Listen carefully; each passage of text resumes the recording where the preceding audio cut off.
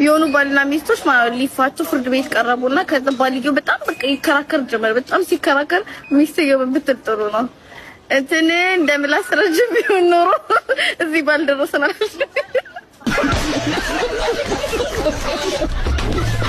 አንተ እንደሞተ ሰው ነው መሆን ያለብህ። አንቺ ደግሞ እሱ ላይ ተደፍተሽ አልቅሽ። በደንብ ነው ማልቀስ ያለብህ። ገብቶሻል አይደል?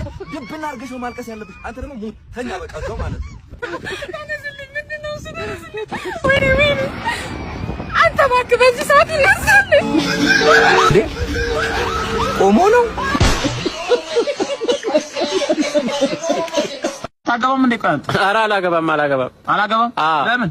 ምንም ስለሌለኝ። እሺ ቤትና መኪና ተሰጥቶ እሺ 3 ሚሊዮን ብር ቢሰጥ ኧረ እያጓጓኝ ነው። ታገባለህ? አላገባም። ለምን? ስላልተሰጠኝ